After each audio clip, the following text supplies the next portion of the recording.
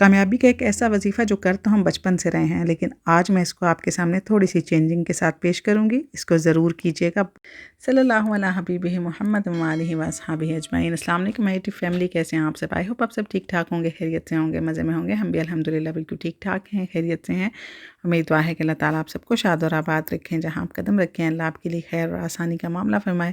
آمین ثم آمین۔ شروع کرتے ہیں آج کا ولاگ۔ سب سے پہلے ہمیشہ کی طرح اپنی دعا کی طرف چلتے ہیں، جن بہنوں نے دعا کے لیے بولا تھا سب سے پہلے آپ سب دعا کے لیے ہاتھ اٹھا لیں۔ یہ ایک سسٹر ہیں جنہوں نے بولا ہے کہ آپ دعا کریں کہ اللہ تعالیٰ ان کو اپنا گھر دے دیں۔ میری سب کے لیے دعا ہے، جتنے لوگ بھی کرائے کے گھروں میں رہتے ہیں یا پھر جن کو اپنا گھر چاہیے، اللہ تعالیٰ اس بابرکت مہینے میں سب کو اپنے اپنے گھر سے نوازے، ذاتی گھر سے نوازے۔ ہر بندہ جو ہے نا وہ اپنے گھر میں رہے، خوش رہے، آباد رہے۔ دوسرا کمنٹ ان بہن کا ہے جو کہ اپنے ہسبینڈ کی طرف سے بہت زیادہ پریشان ہے، جو جھوٹ بولتے ہیں، باتیں چھپاتے ہیں، کسی کا کام مطلب لے کے اس کام کو کرتے نہیں ہیں، کافی زیادہ ان کے اندر بری عادات ہیں اور وہ اس کی وجہ سے پریشان ہے۔ تو میری سب بہنوں سے دعا ہے کہ آپ ہاتھ اٹھائیں اور اللہ تعالیٰ سے دعا کریں کہ اللہ تعالیٰ ان کے شوہر کو ہدایت دیں، اور جو ان دعاؤں پہ آمین بولیں، اللہ تعالیٰ اپنے اے کن فیکون کے مالک، تو ان کی دعاؤں کو بھی اپنی بارگاہ میں قبول فرما۔ تو یہ جو بہن ہے، ان کو میں نے بولا تھا کہ آپ ان کے لیے ہدایت کی دعا کیا کریں، تو میں یہاں پہ بتاؤں گی کہ جن کے ساتھ بھی اس قسم کا مسئلہ ہو تو ان کو راہ راست پہ لانے کے لیے بہتر یہی ہے کہ آپ 2 نفل پڑھ کے ان کی روح کو ہدیہ کر دیا کریں۔ اس کے علاوہ جس چیز سے آپ کو مسئلہ ہے، مطلب جس طرح ان کی زبان سے مسئلہ ہے کہ یہ جھوٹ بولتے ہیں یا کوئی چوری کرنے کی عادت میں مبتلا ہوتا ہے یا کوئی کسی چیز میں، تو آپ ان کی اس باڈی پارٹ کا جو ہے نا وہ صدقہ دے دیا کریں اللہ کی راہ میں، اور بس اللہ تعالیٰ سے دعا کریں کہ اللہ تعالیٰ ان کو ہدایت دیں اور اللہ تعالیٰ ان کو اس کام سے باز رکھیں۔ تو انشاءاللہ آپ دیکھیں گے کہ آہستہ آہستہ آپ کے جو ہسبینڈ ہیں وہ راہ راست پہ آنا شروع ہو جائیں گے۔ اپنی روٹین بنا لیں کہ ڈیلی جو ہے نا وہ یا تو 21 بار سورہ اخلاص پڑھ کے ان کی روح کو ہدیہ کر دیں آپ، یا پھر آپ 2 نفل ویسے پڑھ کے ان کی ہدایت کے لیے اللہ تعالیٰ سے دعا کریں، تو انشاءاللہ آہستہ آہستہ جو ہے کافی حد تک بہتری ہونا شروع ہو جائے گی۔ اس کے بعد آج کے وظیفے کی طرف چلتے ہیں۔ آج کا وظیفہ ہے سورہ فتح کا وظیفہ۔ سورہ فتح آپ کو پتہ ہے ہی کامیابی کے لیے، اور اس میں ویسے بھی گھروں میں بھی پتہ پڑھی جاتی ہے، جب بھی کوئی مسئلہ ہو تو ہم بھی پڑھنے جاتے تھے بچپن میں، ڈیفرنٹ گھروں میں بلایا جاتا تھا کہ سورہ فتح پڑھنی ہے، کوئی بھی مشکل پیش آ جاتی تھی اور وہ حل بھی ہو جاتی تھی۔ تو آج بھی میں آپ کے سامنے سورہ فتح کا ہی وظیفہ لے کے آئی ہوں۔ کسی بھی چیز میں کامیابی حاصل کرنے کے لیے، کاروبار میں، گھر میں، پیسے میں،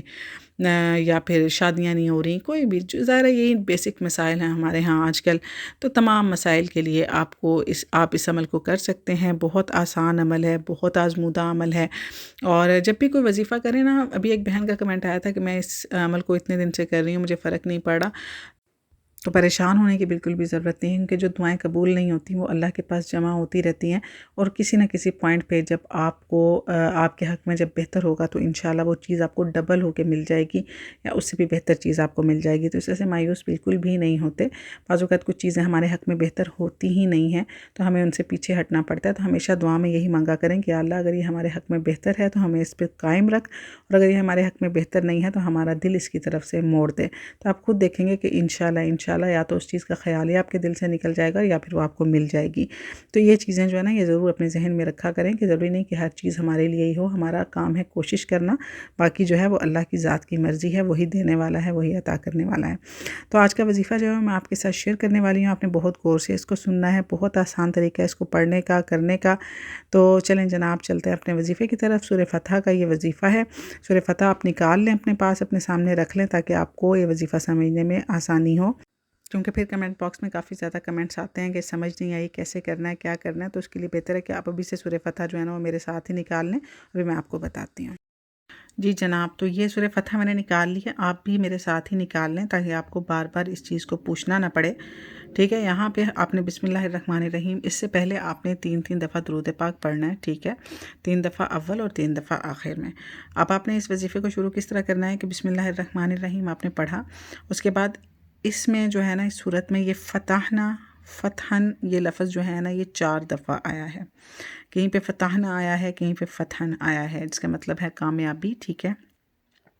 اب آپ نے اس لفظ پہ رکنا ہے، جیسا کہ میں نے آپ کو سورہ قریش کا ایک عمل بتایا تھا، اس میں آپ نے فے پہ رکنا ہوتا ہے، تو یہاں پہ یہ جو لفظ ہے انا فتحنا، یہاں پہ آپ نے رک جانا ہے، ٹھیک ہے۔ اس میں 2 عمل جو ہے نا میں آپ کو مثال دوں گی، پہلے سورہ قریش والے عمل کی مثال دوں گی کہ اس میں اس طرح آپ نے فے پہ رکنا ہوتا ہے، اس طرح اس پہ آپ نے اس لفظ پہ رکنا ہے۔ انا فتحنا پڑھ کے یہاں پہ رک کے اس کے بعد آپ نے بسم اللہ الرحمن الرحیم پڑھ کے 500 دفعہ یا فتاح پڑھنا ہے،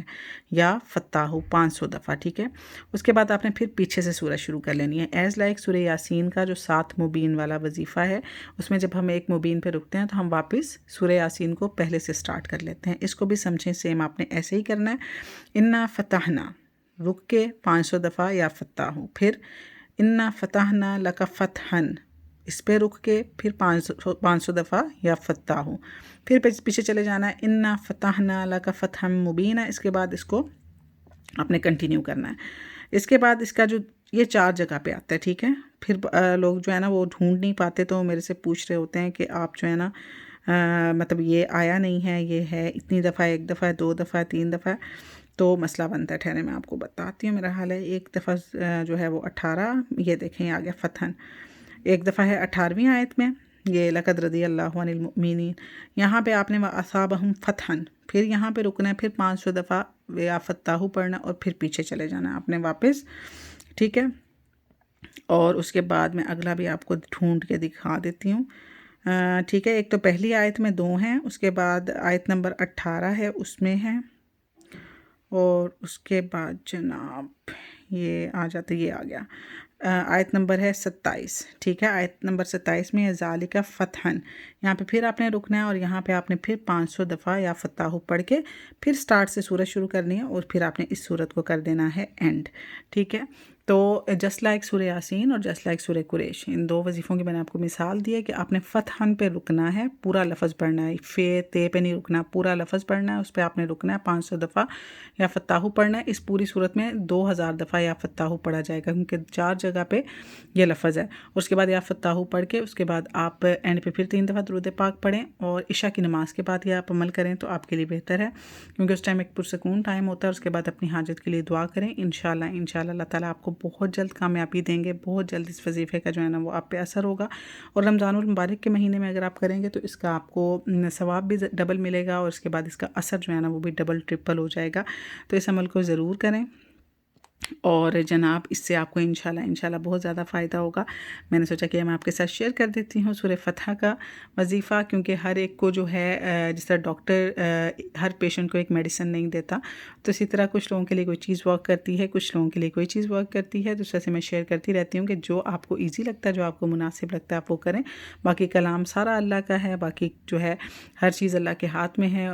وہی کن فیکون کا مالک ہے، وہی ہر شے پہ قادر ہے، تو اس کی حکم اس کی مرضی کے بغیر کچھ نہیں ہو سکتا۔ تو بس یہ ہے کہ دعا کیا کریں، اور جب آپ کا کام ہو جایا کرے تو اینڈ پہ ضرور کوئی شیرنی، کوئی میٹھی چیز منگوا کے تو اس کا جو ہدیہ ہے وہ آپ صلی اللہ علیہ وسلم کی روح مبارک کو کر کے، اور اس کے بعد تمام مسلمان بہن بھائیوں کو کر کے، تو اس کے بعد وہ شیرنی جو ہے یا بانٹ دیا کریں یا خود گھر پہ کھا لیا کریں، لیکن یہ ہے کہ شکر ضرور ادا کیا کریں۔ یہ ایک شکر ادا کرنے کا طریقہ ہوتا ہے کہ اللہ تعالیٰ نے ہم پہ کرم کیا، ہماری جو حاجت ہے وہ پوری ہو گئی ہے، تو شکر ضرور ادا کیا کریں، ٹھیک ہے۔ تو کوئی بھی میٹھی چیز منگوا کے تو اس پہ یہ جو ہے سارا کلام پڑا ہوا ہے، اس کو ہدیہ ضرور کر دیا کریں۔ تو باقی بس جناب یہ میری آج کی ویڈیو تھی، آئی ہوپ آپ کو پسند آئی لائک کریں، کمنٹ باکس میں کمنٹ کریں۔ ملوں گی نیکسٹ ویڈیو میں، رکھیے گا ڈھیر سارا خیال، اللہ حافظ۔